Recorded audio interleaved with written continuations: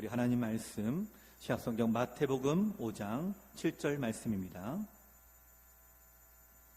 오늘 우리에게 주실 하나님 말씀은 마태복음 5장 7절 말씀. 찾은 줄 알고 제가 봉독합니다. 제가 봉독할 때에 하나님의 음성을 들으시기 바랍니다.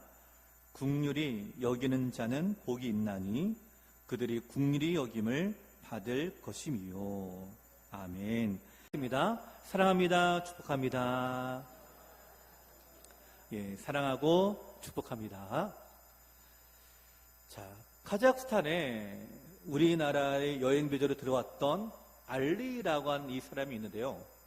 이 사람이 여행 비자로 우리나라에 들어왔다가 비자가 만료된 다음에 출국하지 않고 이제 불법 체류로 고국에 이제 한국에 남아 있게 되었습니다. 그래서 일을 하고 돈을 벌어서 보국에 있는 부모님과 아내 또 두 아이에게 그 번 돈을 이제 송금하는 그렇게 돈을 벌었던 사람인데요. 자, 불법 체류자로 있었던 그가 21년에 붙잡히게 된 사건이 있습니다. 어떻게 해서 붙잡히게 되었는가? 그거는 강원도 양양에서 3층 원룸에 한 화재 사건이 일어나게 되었는데 그 사건에 입주민 10명을 이 사람이 대피시켰던 과정에서 본인이 화상을 입게 되었습니다. 자, 화상을 입게 되니까 사람들이 어떻게 했을까요? 병원으로 데리고 갔겠죠. 그리고 병원에서 주민들의 도움으로 치료를 받게 되었는데, 자, 치료를 받으니까 그의 신원이 드러나게 되지 않겠습니까? 그러니 그가 법무부에 자진 신고를 했다고 합니다. 제가 지금 불법 체류자입니다 라고 자진 신고를 했던 거죠. 자, 인명을 구한 사건으로 인해서 알려지게 된 이 알리라고 하는 이 사람. 자, 자신이 불법 체류된 것이 드러나게 되었으니까 이제 어떻게 될까요? 강제 출국당할 위험에 놓여지게 되겠죠. 근데 이 알리 씨가 만약에 사람을 구하지 않았다면 어떻게 했을까요? 자신은 자신의 신분이 노출되지 않았을 것입니다. 아마 계속해서 한국에서 돈을 벌 수가 있었겠죠. 그러나 그는 아랑곳하지 않습니다. 내가 지금 거기 뛰어들면 내 신분에 다 노출되고 내가 불법 체류자로 쫓겨날 거야 라고 하는 이 생각보다는 고통당할 주민들을 생각하며 최선을 다해 인명을 구조했다라고 하는데요. 이 사실이 알려지게 되니까 청와대 국민청원 홈페이지에서 이 소식을 올리고 사람들이 수만 명이 동의의 그 댓글을 달았다라고 합니다.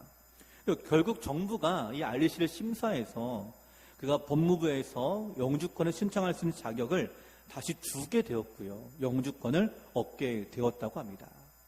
자, 지금은 인천 연수구의 고려인 마을로 이사해서 한 공장에서 일을 하고 있다고 하는데요.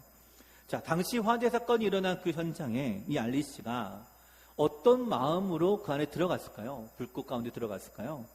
알리 씨 마음에는요, 이런 마음밖에 없었다고 합니다. 지금 그 안에 있는 그 사람은 지금 어떤 기분일까? 지금 불 속에 있는 그 사람들은 어떤 마음일까? 라는 생각밖에 없었다고 합니다. 그리고 위험을 무릅쓰고 또 자신의 신분이 노출될 것을 걱정하지 않고 그저 그 한 가지 마음을 가지고 불 속에 뛰어 들어갔던 거죠. 바로 측은지심, 역지사지의 마음을 가졌던 이 알리 씨는 그래서 당대의 의인이자 긍휼히 여겼던 사람이었다라고 사람들에게 칭찬을 받게 되었는데요. 그럼 이 알리 씨가 보여준 이 용기와 이 사랑을 오늘 우리의 본문 말씀을 함께 떠올리게 됩니다. 오늘 본문의 말씀이 이런 말씀이죠. 긍휼히 여기는 자는 복이 있나니 그들이 긍휼히 여김을 받을 것이며. 오늘 우리가 이 읽은 말씀을 통해서 함께 은혜를 받기를 원하는데요. 오늘 우리가 주 앞에 긍휼히 여김을 받은 자가 되어서 긍휼과 자비와 선을 행할 수 있는 믿음으로 결단하는 귀한 은혜가 임하게 되기를 오늘 이 시간 간절히 소망을 드립니다. 우리 오늘 본문 말씀 한번 같이 읽어보실까요? 7절입니다. 함께 읽겠습니다. 시작. 긍휼히 여기는 자는 복이 있나니 그들이 긍휼히 여김을 받을 것이미요. 자, 우리가 일반적으로 가난하고 어려운 사람을 도와주는 것을 뭐라고 하냐면 구제라고 합니다. 자, 근데 이 긍휼이라고는 이 말은요, 구제보다 좀 더 넓은 의미로 사용이 되는데요. 경제적으로 궁핍한 사람들을 도와주는 것, 이런 행위뿐만 아니라 어떤 상황에서든지 어려움과 곤경에 처한 사람들을 불쌍히 여기는 마음, 도와주고자 하는 마음, 그걸 가리켜 긍휼 이렇게 얘기합니다. 이 국률이 여긴다 이 말이 헬라어로 엘레에오라고 하는데요. 이거는 동사가 아니라 형용사로 쓰여졌는데요. 이 말은 뭐냐면요. 한 번, 두 번 도와주고 끝났다. 이것이 아니라 국률한, 계속해서 국률한 마음을 가지고 지속적으로 도와주고 국률 여기는 마음을 가지고 행하는 상태를 얘기하는 거죠. 몇 번의 행동이 아니라 이 마음을 가지고 있기 때문에 항상 언제든지 국률을 베푸는 행동이 지속적으로 우리의 삶 가운데 일어나는 상태를 국률이 여기는 자라고 하는 것입니다. 여러분, 이 국률의 이 말을 다른 말로는 자비라고 할 수도 있겠죠. 이 국률을 제가 사전을 찾아보니까 이런 뜻이 있습니다. 가엾게 여겨서 도와준다. 근데 신학적으로는요, 하나님과의 속성과 연결이 됩니다. 하나님의 속성으로서 죄인인 우리 인간을 불쌍히 여겨 도와주시거나 구제해 주신다라는 것이 여기 국률이라고 하는 뜻인데요. 미국의 유명한 목회자이자 마스터 대학의 총장인 존 메가더 목사님이 이 국률에 대해 이렇게 묘사했습니다. 한번 화면을 보시고 제가 어떻게 기록하고 있는지 한번 잘 볼까요? 국률은 먹을 것이 없는 사람에게 먹을 것을 주는 것이다. 국률은 사랑을 애건하는 사람을 보면 사랑을 주는 것이다. 국률은 의로운 사람을 보면 그의 친구가 되어주는 것이다. 국률은 궁핍한 사람들의 필요를 단순히 느끼기만 할 뿐 아니라 그 필요를 채워주는 것이다. 자, 이게 국률이다라고 얘기합니다. 자, 사랑하는 성도 여러분, 우리가 어느 자리에서 이 국률을 가장 많이 느낄 수가 있을까요? 제가 이 말을 보면서요, 저는 가정이 떠올랐습니다. 아무리 우리 자녀들이 말을 안 듣고 또 속을 상하게 하고 그래도 어때요? 이 국률이 여기는 마음이 있으니까 우리가 부모로서 사랑을 줍니다. 또 도와주죠. 먹을 것을 줍니다. 필요를 채워줍니다. 부부간의 관계도 역시 마찬가지입니다. 부부간에도 여러분 국률이 여기시기를 간절히 저는 소원을 드립니다. 남편은 아내를, 아내는 남편을 국률이 여기시기를 소원합니다. 사랑을 애건하는 사람을 보면 어떻게 해요? 사랑을 주는 자다. 이것이 국률이다라고 얘기합니다. 그리고 하나님은 오늘 우리가 국률이 여기는 사람이 되기를 원하십니다. 마태복음 9장 13절에 예수님이 이렇게 말씀하십니다. 너희는 가서 내가 국률을 원하고 제사를 원하지 아니하노라 하신 뜻이 무엇인지 배우라. 나는 의인을 부르러 온 것이 아니요 죄인을 부르러 왔노라 하시니라. 자, 의인에게는 국률이 필요가 없습니다. 죄인에게 필요합니다. 용서가 필요하고 돌봄이 필요하고 격려가 필요하고 새 힘이 필요합니다. 오늘 예수님이 이 땅에 오신 이유가 바로 여기에 있다라고 우리 가운데 말씀하며 오늘 우리를 위해서 이 땅에 오신 예수님을 우리가 묵상하며 우리가 또한 국률을 베풀기를 원하고 계시고 이 국률을 배우기를 기대하고 계십니다. 자, 사랑하는 성도 여러분, 이 국률은요, 우리 자신이 먼저 하나님의 국률을 받음으로 깨닫게 되고요. 이 우리가 받은 은혜가 있기 때문에 우리가 국률을 베풀 수가 있습니다. 내가 하나님 앞에 얼마나 보잘것없는 존재인지, 얼마나 비참한 존재였는지, 내가 죄인으로서 차마 주님 앞에 나아갈 수 없었던, 가로막혔던 그 높은 담과 같은 그 거리가 먼 주님과의 관계 속에서 주님이 나를 얼마나 사랑하셨기에 나를 은혜로 인도하시고 우리의 모든 죄를 사하시고 구원받는 자가 느껴졌는지를 깨닫는 사람이야말로 이런 국률을 배울 수가 있는 거죠. 오늘 국률이 여긴다. 오늘 우리가 이 국률의 마음을 가지고 이 땅에 나아가 국률이 여길 수 있는 우리가 되기를 간절히 소망합니다. 그러면 국률이 여긴다. 이것이 구체적으로 어떤 의미가 있는가? 우리 두 가지를 함께 살펴보고자 하는데요. 그 첫 번째는 국률이 여긴다는 것은 용서하는 것입니다. 자, 국률이 여긴다는 것은 뭐 어떤 거라고요? 용서하는 것이다. 자, 오늘 말씀 다시 한번 읽어보겠습니다. 7절입니다. 시작. 국률이 여기는 자는 복이 있나니 그들이 국률이 여김을 받을 것이미요. 아멘. 자, 국률이 여김을 받고 싶거든 먼저 손을 내밀어 국률을 베풀어야 된다. 이 말씀은 주기도의 주님이 가르치는 기도와 일맥상통하는데요.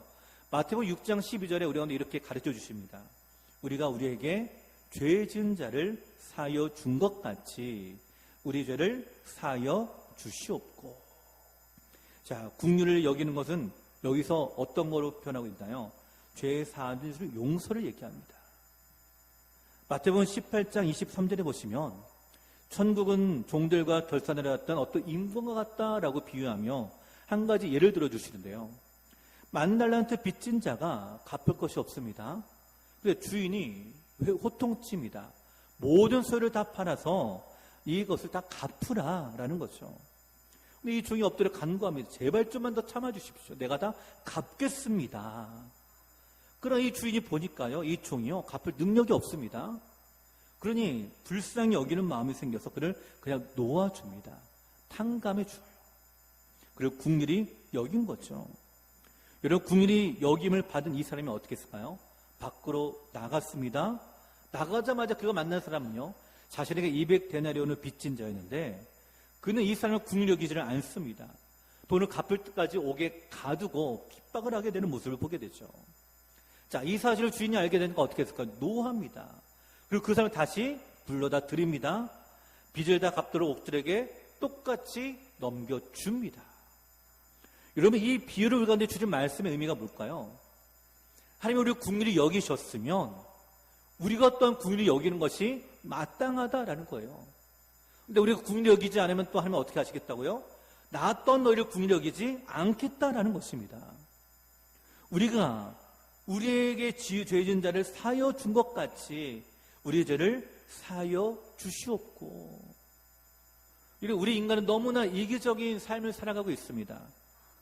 내가 받는 것은 너무나 좋아하고요, 또 내가 베푸는 것은 인색합니다.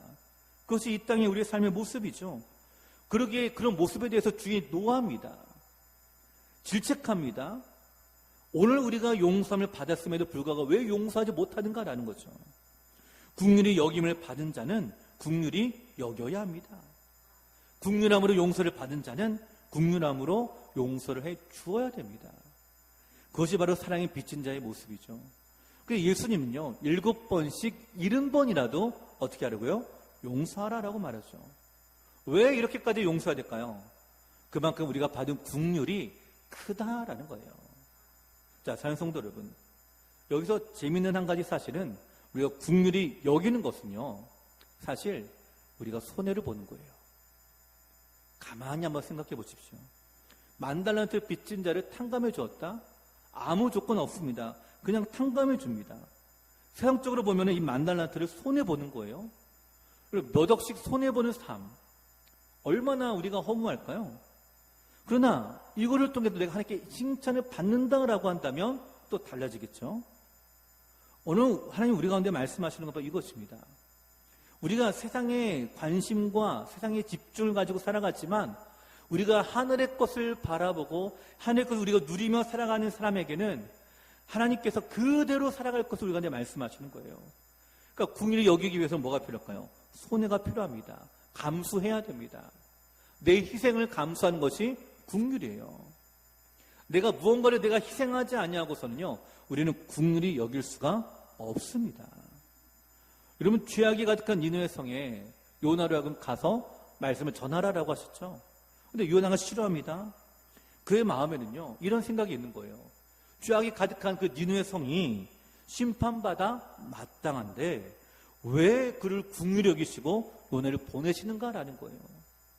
요나 생각에는요, 그 땅이 심판받아 마땅한 성이다라는 것을 알고 있습니다. 근데 요나가 알고 있는 건데 그것만 알고 있는 것이 아니에요.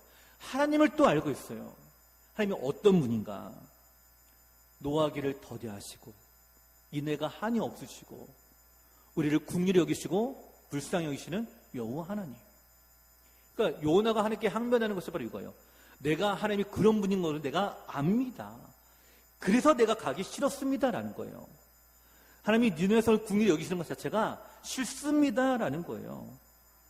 이게 바로 요나의 모습이었던 거죠. 자, 사랑하는 성도 여러분, 국률이 여기는 이 용서는요, 이렇게 구원의 역사와 연결이 됩니다. 심판의 메시지를 전하면 니느웨 성이 다시 돌아올 것을 알았던 이 요나. 그러기에 실제로 그렇게 일어나니까 더 화가 납니다. 더 분이 일어납니다. 근데 그게 세상의 관점의 사람의 모습이에요. 오히려 그 니느웨 성 사람들은 뭐가 필요할까요? 하나님의 국률이 필요했습니다. 자비가 필요했습니다. 용서가 필요했습니다. 그러기에 예수님이, 하나님이 요나에게 이렇게 말씀하잖아요. 좌우로 분별하지 못한 어린 아이들이 그 땅에 수만 명이 있는데 내가 그들을 그대로 버리겠느냐라고 말씀하시는 거예요. 잘 성도 여러분, 국민이 여기는 용서는 오늘 우리 안에 구원의 역사가 이루어지게 되는 줄로 믿습니다. 여리고성의 기생 라합이 여호수아에게 국민의 여김을 받고 구원을 받았죠. 나만 장군이 하나님의 국민하심을 받고 병을 고침을 받았습니다. 예수님이 만난 모든 사람들, 모든 종류의 죄인, 세리, 창기, 병자, 이방인들, 그들 모두 예수님이 국민이 여기시고 불쌍히 여기시고 용서하시고 사랑하셨습니다. 아버지의 재산을 받아 허랑방탕에 쓴 탕자가 바로 다시 돌아왔을 때에 아버지는 아무 조건 없이 그 아들을 받아주셨죠. 바로 아들을 향한 국률과 사랑이 있기 때문입니다. 오늘 하나님은 우리가 이렇게 사랑하기를 원하고 계시고 이 사랑을 우리가 또한 느끼기를 원하고 계십니다. 하나님이 나를 구원하실 때 나를 얼마나 많이 용서해 주셨습니까? 여러분, 하나님이 나를 구원하실 때 나의 모든 죄를 용서하실 때 그 용서의 은혜가 어떤 것이었습니까? 그 세상에 어떤 것과도 바꿀 수가 없는 가장 보배로운 보석이 아닙니까? 우리가 그런 국률을 받고 그런 불쌍형을 받아서 우리가 구원받아 하나님의 자녀가 된 것이 지금 이 자리에 앉아있는 우리 아닙니까?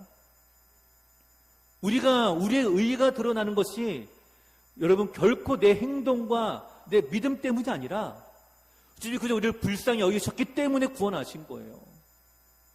주님이 나를 불쌍히 여기지 않으면 우리가 저 지옥에 들어갈 수밖에 없으니까 우리를 불쌍히 여겨주신 거예요. 그만큼 우리는 어떤 사람이라고요? 비참한 존재였습니다. 아무것도 아닌 존재였어요. 그 어떤 소망도 없던 존재였습니다. 내가 뭐라고 이런 긍휼을 주십니까? 내가 뭐라고 이런 사랑을 주십니까? 내가 뭐라고 나를 용서해 주기 위해서, 긍휼을 주기 위해서 자신의 목숨을 희생하는 그 희생을 감수하실까요? 긍휼은 제가 아까 말씀을 드렸죠. 손해를 감수해야만 된다고요. 우리 하나님이 우리를 긍휼히 여기시니까 뭘 감수하셨죠? 자신의 생명을 감수하셨잖아요. 그런데 우리는 예배되는 눈앞에 보이는 것에 그거마저도 용서하지 못하고 그거마저도 우리가 용납하지 못하고 그거마저도 우리가 마음이 풀지 못하고 우리의 마음이 너무나 묶여있는 모습을 볼 때 지금 우리가 이제 말씀하십니다. 긍휼히 여기는 자는 복이 있다. 왜냐하면 긍휼히 여김을 받게 되기 때문이다. 자, 사랑하는 성도 여러분, 오늘 우리가 긍휼히 여겨야 될 분들이 누구입니까?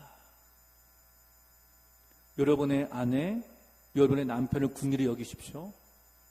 여러분의 자녀를 긍휼히 여기십시오. 우리 모든 성도들을 긍휼히 여기십시오.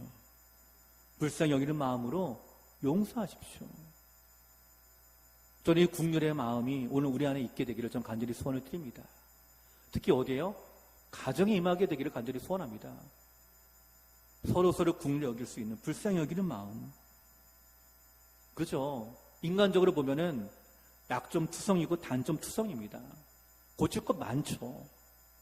오랜 시간이 걸려도 고치지 않는 모습 때문에 오히려 외면하기도 하죠. 그런 우리를 주님이 긍휼히 여겨주신 거예요. 우리가 하나님께로 돌아오지 않으면 구원받지 못하는데 그걸 우리를 긍휼히 여겨주시고 용서해 주셨는데 그 시험의 장이 바로 여러분의 삶의 현장이기도 합니다. 오늘 긍휼히 여기는 대상은 다른 사람이 아닙니다.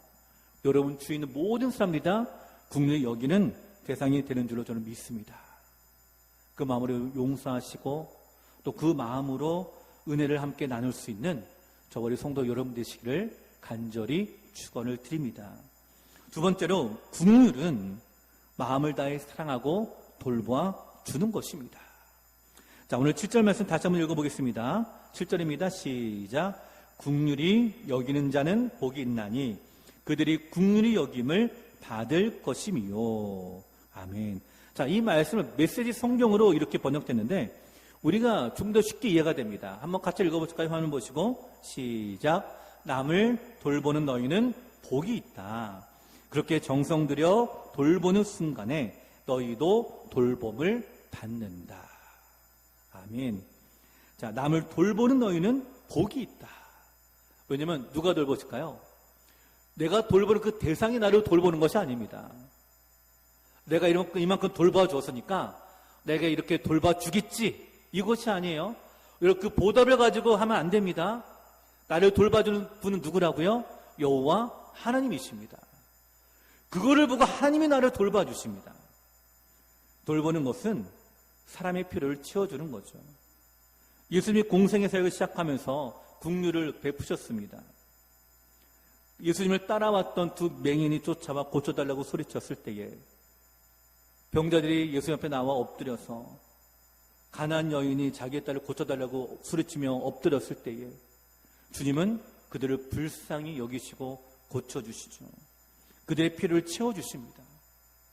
눈먼 자의 눈을 뜨게 하시고 귀신 들린 자의 귀신이 나가게 하시고 죽은 자의 영혼을 다시 살려주셨습니다. 여러분, 예수님이 이 모두를 만나면서 공통적으로 성경이 말하고 있는 내용이 있죠.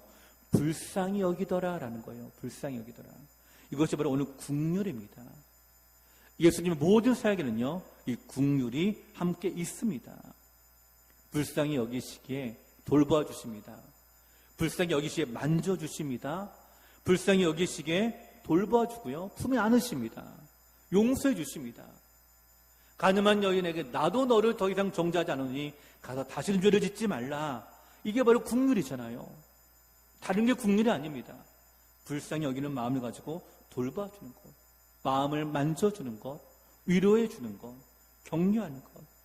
인기를 얻기 위해서도 아니고 사람의 지지나 개인의 명성을 위해서도 아니라 진정 불쌍히 여기고 가엾게 생각하는 마음을 가지셨고 그렇게 행동하신 것이죠.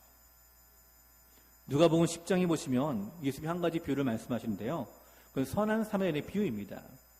사실 이 비유는 어떤 율법 교사가 예수님이 나누신 대화 중에 말씀하신 비유인데, 이 율법 교사가 영생을 위해서 어떻게 해야 됩니까? 라고 물어보니까 예수님이 이렇게 물어보세요. 다시 성경에 뭐라고 쓰여져 있느냐?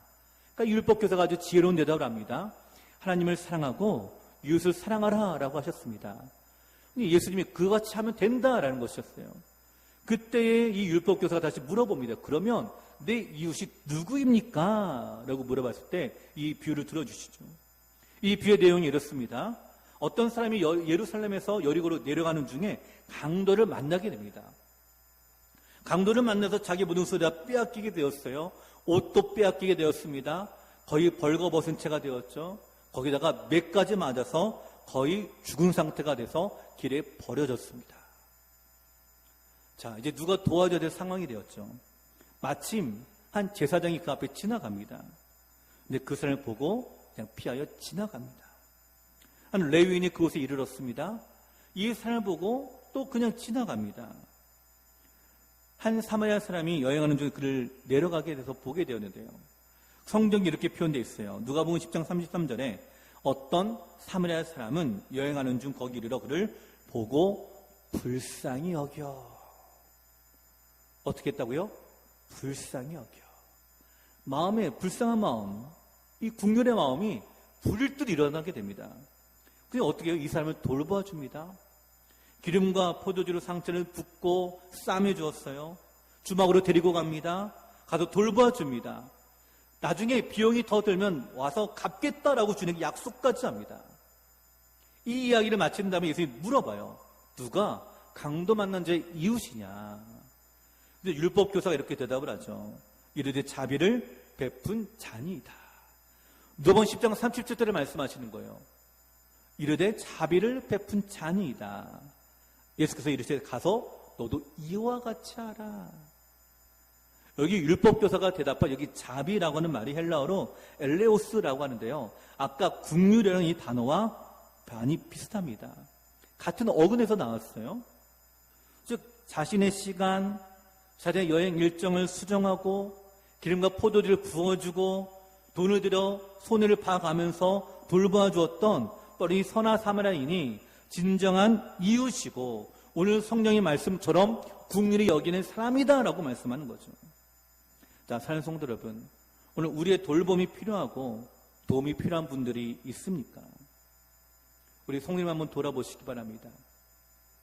어찌 보면은 다 좋아 보일 수도 있어요.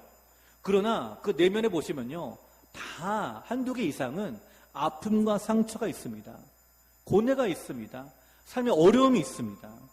여러분, 이게 무엇을 의미할까요? 서로가 긍휼이 필요한 거예요. 나는 괜찮으니까 그 의로움이 아니라 나도 긍휼이 필요한 사람이고 또한 나도 긍휼히 여길 수 있는 사람이 되어야 되는 것이 성도의 모습이다라는 거예요. 여러분, 내가 갖고 있기 때문에 긍휼히 여길 수 있는 사람인가요? 아닙니다. 나도 긍휼이 필요한 사람입니다. 돌봄이 필요한 사람입니다. 나도 관심이 필요한 사람입니다. 그러는 가운데 서로 돌보는 거예요. 서로 돌보는 것이고 서로 긍휼히 여기는 것이 교회의 모습이죠. 누가 몇 사람만 긍휼히 여기는 마음이 아니라는 거예요.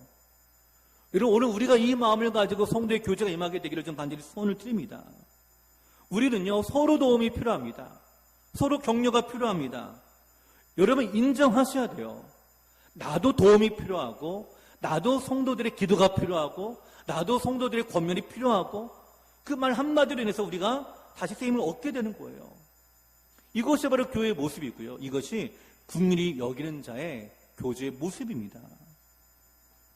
여러분, 하버드 대학에서 학생들이 가르쳤던 유명한 천주교 신부이자 영성가인 헨리 나우엔이라고 하는 분이 계십니다. 아마 이분의 이름을 많이 들어보셨으리라 생각이 되는데요. 이분의 책도 너무나 유명하죠. 너무나 좋은 책들 많이 쓰셨는데 이분이 한창 잘 나가던 바로 그 시기에 하버드 교수직을 내려놓습니다. 그만두고요, 토론토 근처에 있는 데이브레이크라고 하는 공동체에 들어가게 되는데요. 이분이 거기서 들어간 이유가 있습니다. 바로 아담이라고 하는 한 사람과의 우정 때문이에요. 자, 이 아담이라는 사람에 대해 헨리 나우엔은 이렇게 묘사합니다.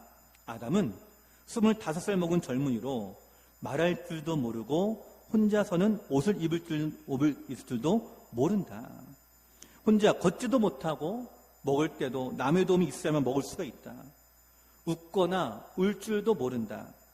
아주 가끔씩 눈을 마주치는 경우가 있을 뿐이다. 아담의 등은 휘어 있다. 팔, 다리를 놀리는 것도 이상하다. 게다가 간절히 심해서 발작을 일으키지 않는 날이 거의 없다. 어떤 때는 난데없이 몸이 뻣뻣해져 소리 지르거나 계속 신음소리를 내기도 한다. 아담을 깨워 약을 먹이고 목욕탕에 데리고 가서 씻기고 면도시키고 이빨 닦게 하고 또 부엌으로 데려가 아침을 먹인 다음 휠체어에 태워 그를 하루 종일 물리치료를 받으며 시간을 보내는 장소까지 데려다 주는데 꼬박 1시간 반이 걸린다. 이 아담이라는 사람이 어떤 사람이 대충 이해가 되시죠?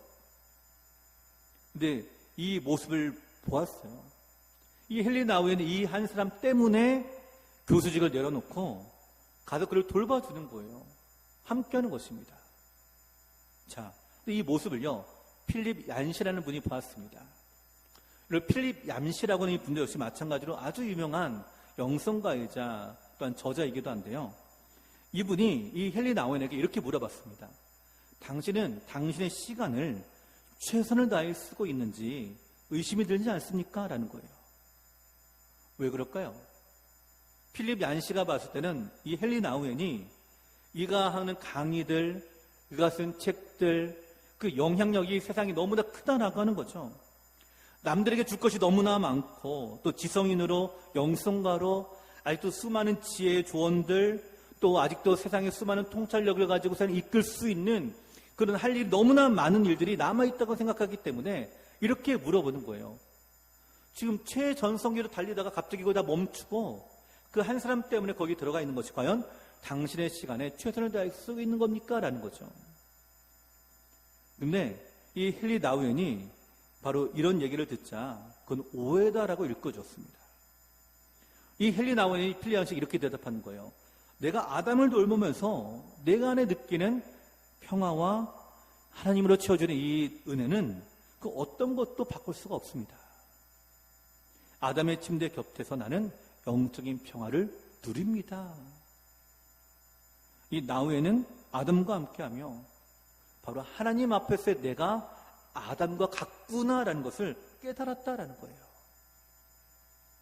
이 아담이 헨리 나우엔의 손이 필요하고 헨리 나우엔의 도움이 필요해야만 살아갈 수 있는 것처럼 나 역시 마찬가지로 하며 돌봄이 없으면 살아갈 수 없는 존재임을 내가 깨닫게 되더라라는 거예요. 여러분, 그 헨리 나운이 쓴 국률이라는 책에 이렇게 고백합니다. 하나님의 국률의 진수는 이것입니다. 사람들과 같이 되었고 사람의 모양으로 나타나셨음에 자기를 낮추시고 죽기까지 복종하셨으니 곧 십자가의 죽으심이라. 인간의 자리로 오셔서 죽음을 맛보신 것, 그것도 십자가의 끔찍한 죽음을 맛보신 것이야말로 하나님의 국률의 진수라는 것입니다. 그분은 단순히 인간이 되신 것이 아니라 인간 중에서도 가장 심하게 거부당하고 실패한 형태의 인간이 되셨습니다. 그분은 인간의 불확실성과 두려움만 아셨던 것이 아니라 인간의 고뇌와 고통, 그리고 범죄자로 낙인 찍혀 피비린내 나는 곰과 죽음에 이르는 완전한 추락을 경험하셨습니다. 이것이 하나님의 국률의 진수입니다. 자, 예수님이 우리를 국률에 여기셔서 우리와 함께하기 위해 그 자리에 내려오신 것, 우리를 돌보시기 위해 이 땅에 내려오신 그 모습이 어떤 모습이라고요? 가장 추락한 상태, 범죄자로 낙인 찍힌 그 모습, 피비린내 나는 그 고문, 죽음에 이르는 그 모습들, 인간이 가지고 있는 모든 고뇌와 고통을 다 경험하셨다라고 말씀합니다. 여러분, 우리 중에 범죄자가 있으신가요? 없죠. 우리 예수님은요, 죄인으로 정죄받아서 십자가에 달려 죽으셨습니다.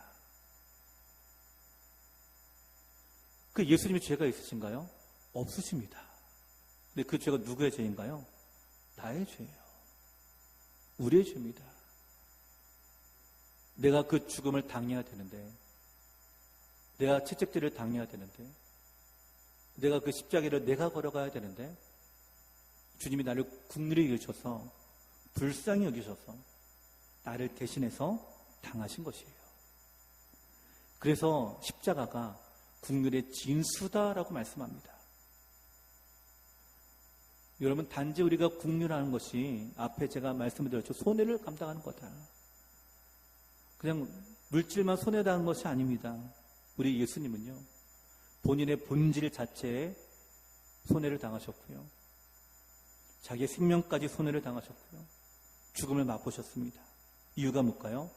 우리를 국률이 여기셨기 때문이에요. 하나님이 우리를 국률이 여기셨기에 이 땅에 내려오셨습니다. 하나님이 우리를 국률이 여기셨기에 우리와 함께 하십니다. 하나님이 아니면 구원을 얻을 수 없는 우리 인생들 때문에, 하나님이 아니면 우리가 그 천국에 들어갈 수 없는 우리 인생이기에 우리 대신 십자가에 달려 구원을 이루어 주셨죠. 자, 사랑하는 성도 여러분, 오늘 우리가 사순절의 기간이 지나가며 꼭 한 가지 기억해야 될 사실이 있습니다. 우리가 먼저 국률이 여김을 받았다는 사실이에요. 예레미야가 3장 22절 23절에 국률하심을 이렇게 말씀합니다. 여호와의 인자와 국률이 무궁하심으로 우리가 진멸되지 아니함이니이다. 이것들이 아침마다 새로우니 주의 성실하심이 크시 도소이다. 자, 앞에 22절에요. 우리가 진멸되지 아니하고 구원받은 것, 이 국률이 한 번으로 끝난 것이 아닙니다. 여러분, 그 뒤가 더 중요합니다.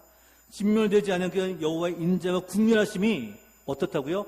아침마다 새로우니, 아침마다 새로우니, 눈을 뜰 때마다 주의 국률하심을 내가 아침마다 느끼게 되니 주의 성실하심이 크시도소이다. 이 성실함이 뭘까요? 나를 돌보시는 그 성실함, 나와 함께 하시는 그 성실함, 즉 나를 위해서 쉬지 않고 역사하시는 그 하나님의 은혜가 오늘 우리에게 큰 은혜와 우리로 하여금 살아갈 수 있는 이유가 되게 함을 우리한테 말씀하고 있죠. 여러분, 우리 인생들이 하나님 앞에 지은 죄를 생각하면 우리 도저히 살 수가 없는, 진노로 받아 멸망받아 마땅한 우리 사람들이죠. 하나님의 국률이 여겨주셨기 때문에 우리는 멸망당하지 아니하고 지금까지 살아남고 있고요, 구원을 받았습니다. 그 사도 바울은 로마서를 통해 이렇게 말합니다. 로마서 9장 16절에 그런즉 원하는 자로 말미암음도 아니요 다른 박제라는 자로 말미암음도 아니요 오직 국률이 여기시는 하나님으로 말미암음이니라. 아멘. 우리가 살아갈 이유와 목적이 어떤 뚜렷한 어떤 비전, 목표, 이 꼴을 향해 나가는 것이 아니라 뭐라고요? 긍휼히 여기시는 하나님의 말미암음이니라. 그러기에 갈라디아 2장 20절에 또 이렇게 말씀하지 않습니까? 우리가 살아가는 이유는 나를 위해서 죽으신 바로 주님을 위해서 살아가는 것입니다 라고 고백하죠. 자, 사랑하는 성도 여러분, 긍휼은 도저히 용서받을 수 없는 사람에게 용서를 베푸는 것을 말합니다. 멸망당할 수밖에 없는 사람을 멸망시키지 않고 은혜를 주는 것을 바로 긍휼이다라고 말합니다. 예수님께서 긍휼히 여기는 자가 되라라는 것은요, 이런 의미가 있습니다. 하나님께서 도저히 용서할 수 없는 사람을 용서하듯이 우리도 서로 용서하며 살아가는 것, 우리가 이해할 수 없이 악하고 나쁜 사람이라 할지라도 동정심을 베풀고 그들을 위해서 사랑을 베풀며 사는 것이 바로 긍휼히 여기는 사람의 모습이죠. 그래서 긍휼히 여기는 것은요, 외면하는 것이 아니라 관심을 가지는 것입니다. 잊어버리는 것이 아니라 기억하고 중보하는 것입니다. 그 사람과 함께하는 것이 긍휼히 여기는 것입니다. 그래서 저는 오늘 이 7절 말씀, 긍휼히 여기는 자는 복이 있나니 그들이 긍휼히 여김을 받을 것이며, 저는 이 말씀이요 이렇게 해석이 됩니다. 함께하는 자는 복이 있나니 그들이 하나님과 함께할 것이요. 자, 사랑하는 성도 여러분, 오늘 주님이 나를 이렇게 용서해 주시고 내 옆에 오셔서 돌봐 주셨듯이 오늘 우리가 이 긍휼한 마음으로 우리가 성도의 교제와 우리의 신앙생활이 이어지게 되기를 간절히 소원을 드립니다. 저는 교회에 오시면, 저희 교회에 오시면 혼자가 아니라 늘 누군가가 함께하고 또 도움이 필요하면 그분의 도움이 되어주고 또 찾아오는 모든 사람들을 따뜻하게 맞이할 수 있는 그런 긍휼히 여기는 교회가 되기를 간절히 소원을 드립니다. 우리를 사랑하셨고 우리를 지금도 돌보고 계시고 지금도 우리와 함께 하셔서 이 긍휼의 성실하심으로 우리 가운데 베푸시는 하나님을 기억하셔서 오늘 우리가 이 사랑과 이 은혜를 함께 또한 나누고 누릴 수 있는 긍휼히 여기는 자가 되는 우리 모두 성도 여러분 되시기를 간절히 축원을 드립니다. 저는 우리 말씀 기억하며 함께 찬양드리기 원하는데요, 긍휼히 여기는 마음은 바로 주님과 함께하며 그 십자가의 일을 걸어가는 길일 것입니다.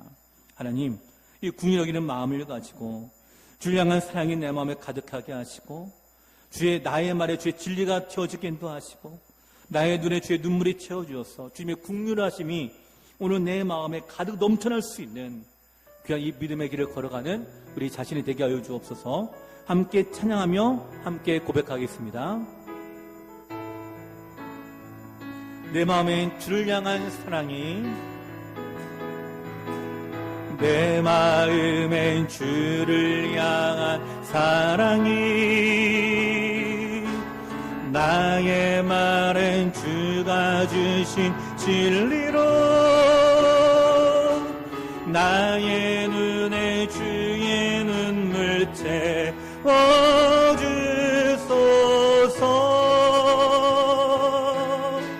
내 입술에 찬양의 향기가, 내 입술엔 찬양의 향기가, 우리의 두 손에는 주를 닮은 섬김이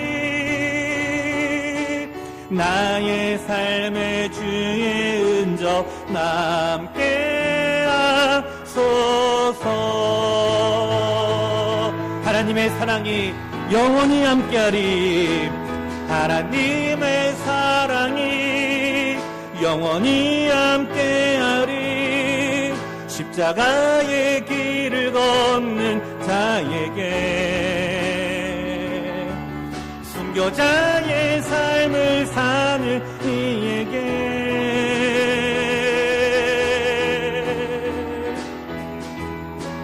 조롱하는 소리와 세상 유혹 속에도 주의 순결한 신부가 되리라. 내 생명 주님께 드리리. 우리 그 함께 일어나서 찬양드립니다. 내 마음엔 주를 향한, 내 마음엔 주를 향한 사랑이, 나의 말엔 주가 주신 진리로 나의 눈에 주의 눈물 채워주소서.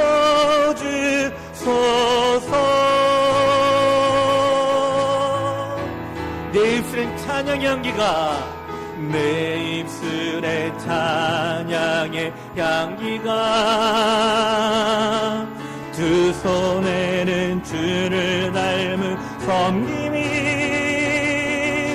나의 삶의 주의 은저 남게 하소서. 하나님의 사랑이 영원히 함께하리. 하나님의 사랑이 영원히 함께하리. 십자가의 길을 걷는 자에게,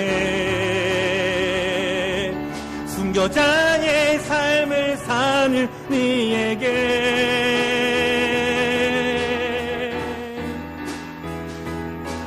조롱하는 소리와 세상 유혹 속에도 주의 순결한 신부가 되리라. 내 생명 주님께 드리리. 오늘 손을 들어 찬양합니다. 하나님의 사랑이, 하나님의 사랑이 영원히 함께하리. 십자가의 길을 걷는 자에게,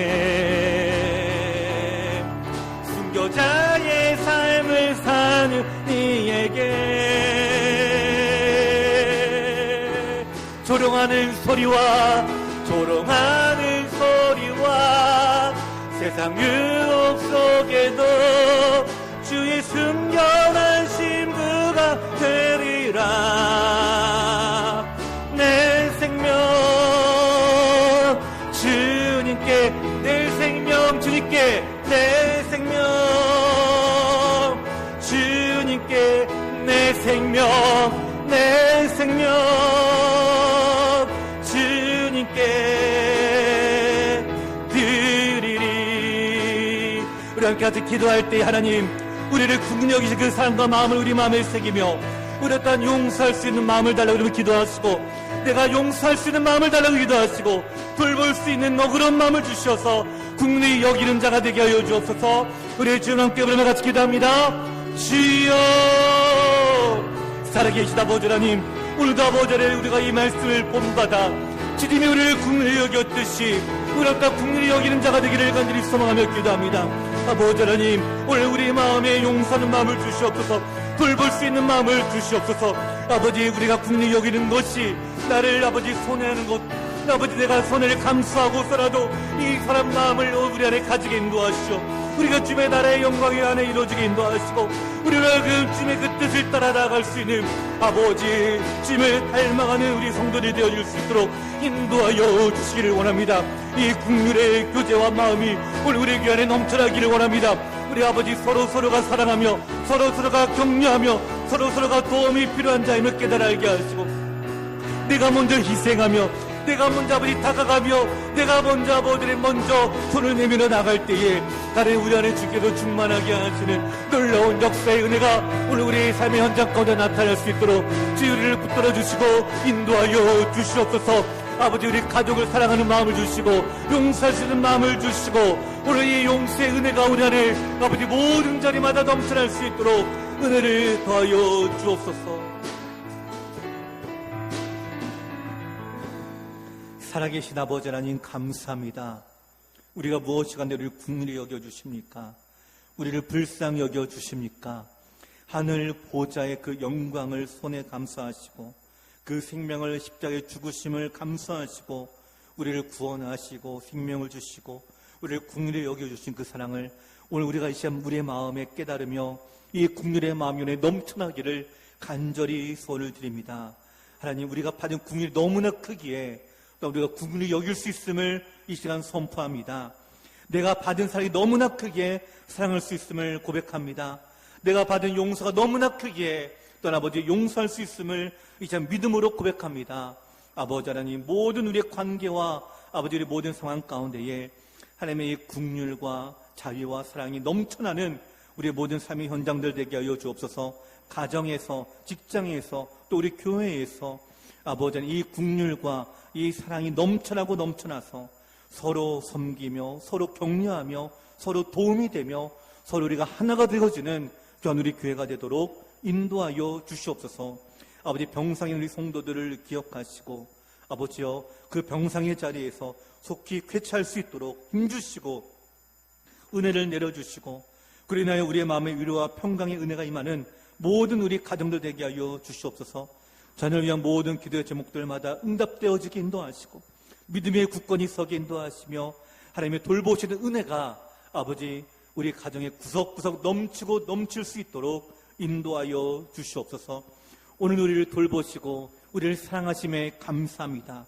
이 사랑의 마음을 품고 세상에 나아가 우리가 국률을 베풀며 선을 행하는 우리 모든 성도들 되도록 은혜 도하여 주시옵소서. 살아계신 예수님 이름으로 간절히 기도하옵나이다. 아멘. 주의 복을 받겠습니다. 우리 주 예수 그리스도의 은혜와 살아계신 하나님 아버지의 무한하신 사랑과 성령의 교통하심이 국률이 여기는 자는 복이 있나니 그들이 국률이 여김을 받을 것이며 오늘 이 은혜의 복이 우리 안에 가득하여 하나님의 국률과 자비와 사랑으로 충만한 믿음의 삶을 살기를 간절히 소망하는 이 예배에 참여한 모든 성도님들 머리 위에 이제부터 영원토록 함께 있을지어다.